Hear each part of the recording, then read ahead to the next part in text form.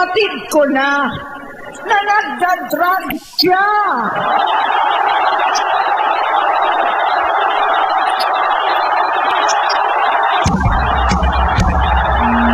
Nalaman ko at ng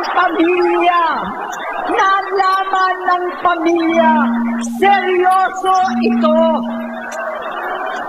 Minsan, kami ng Presidential Guard at Metro Gompa ang naglilinis tuwing nagpa-party po sila.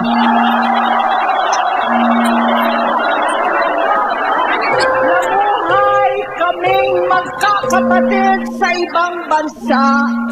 Kami-kami lang. Kinumbinsi ko pa si Bongbong. Pakasalan mo na si Lisa. Naisip ko noon, kapag nag-asawa siya, malalagay na sa tahimik at magkakaroon ng direksyon. Ang laki ng pagkakamali ko. Mas lumala ang kanyang pagkalulong sa droga.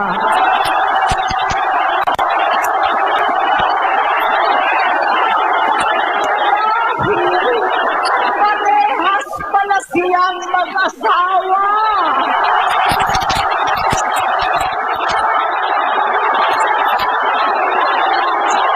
Naging gobernador siya ng Ilocos.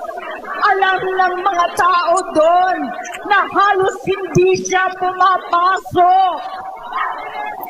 Tuwing ko kumprontahin ko siya, ay nagsasabi siyang magbabago na siya, aalisin na niya ang bisyo. Hanggang sa may nagsumbong na naman sa akin na sa paggising pa lang sa umaga, kasabay ng almusal, marijuana pala.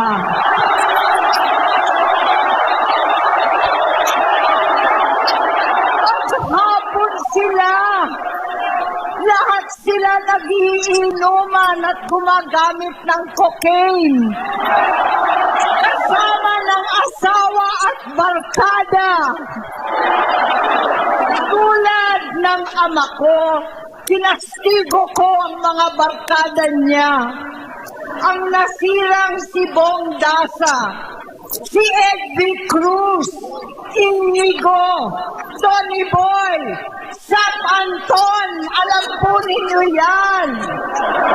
Paano nagre-resign na sa takot ang mga pulis nila at staff dahil sa lumalalang bisyo. Inayos ko sila dahil gusto niyang ituwid ang buhay niya. Gusto niyang mag-vice-presidente. Hindi siya pinalad at lalong nagkaroon ng oras para sa bisyo. Simula noon, naging malabo sa amin ang lahat.